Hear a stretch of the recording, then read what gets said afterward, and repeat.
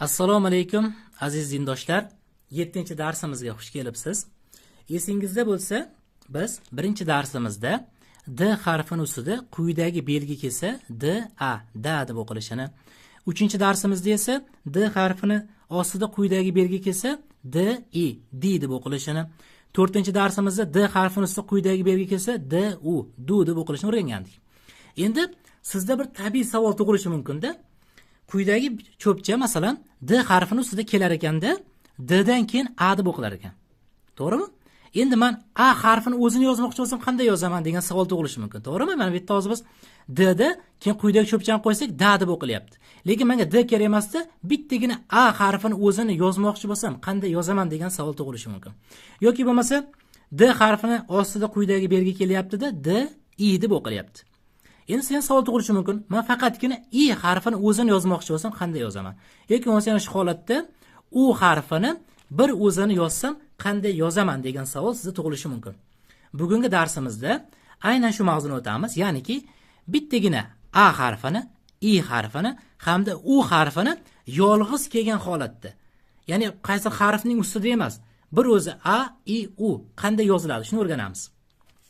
Birinchi bo'lib bundan boshlaymiz.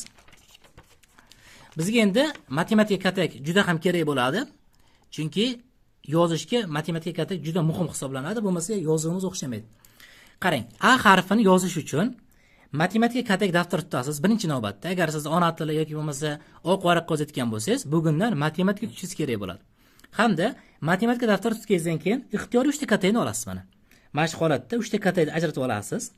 3 ta katakni ajratib olganingizdan keyin tepa ikkitasini ajratib olasiz mana. Bu yoq va bu yoqdan 2 ta katak ajratib oldim. Shu 2 ta katakka quyidagi deb uzun cho'p qo'yasiz mana. Uzun cho'pni qo'yasizda, hamda quyidagi belgini qo'ysangiz A deb o'qiladi mana shu. Esingizda mana belgi o'zi qaysi harf ustida kelardi, to'g'rimi? A deb o'qilardi. Lekin quyidagi cho'pchani ustida keladigan bo'lsa, bu o'qilmaydi-da.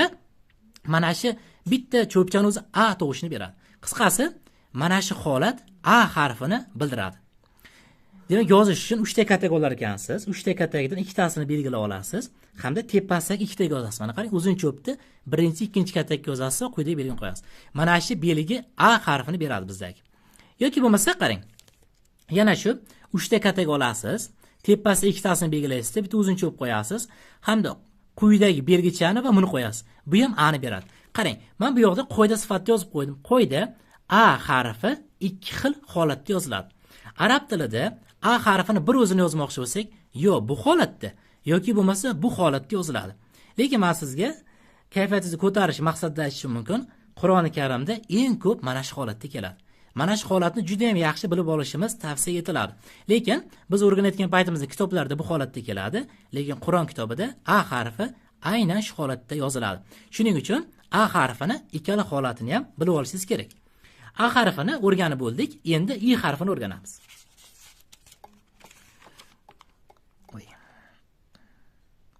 I harfi. I harfi ham shu, ixtiyoriy 3 ta katak olasiz. 3 ta katakdan dastlabki ikkitasini o'zimda cho'pcha qo'yasizda, tagiga quyidagi belgini qo'ysiz, shu turishi umumiy holatda I deb o'qiladi. Tushunarli mana shu holatda. Buni ikkinchi holati ham bor. Yana shu 3 ta katak olib, ikkitasini belgilab olasizda, bitta o'zini cho'p qo'yasizda, hamda tagiga quyidagi belgini qo'ysangiz, bu ham I harfini beradi. Mana bu yerda qo'yda yozib qo'ydim. Qo'yda I harfi 2 xil holatda yoziladi. Xuddiki A ga o'xshab I ham nima ekan? 2 xil holatda yoziladi ekan. Endi U harfini ko'ramiz. U harfi. U harfi ham xuddi shu 3 ta katak olasiz. 3 ta katakdan ikkitasini tepaga ajratib olasiz, hamda bitta uzun cho'p qo'yasizda, quyidagi belgini qo'yasiz. Shu turishi umumiy holatda U deb o'qiladi. Ikkinchi holatda yozilishi ham bor mana. Quyidagi holatda yozasiz, 3 ta katak olasizda, ikkitasini ajratib olasiz, keyin quyidagi belgini qo'yasizda, bu va buni qo'yasiz, xuddi shu U deb o'qiladi. Demak, men qo'yda sifatida yozib qo'ydim. Qo'yda U harfi 2 xil yoziladi. Demak, U harfi ham xuddi shu holatda yoziladi ekan. Keyin bir takrorlab o'tamiz boshidan. Mana bu A harfi edi.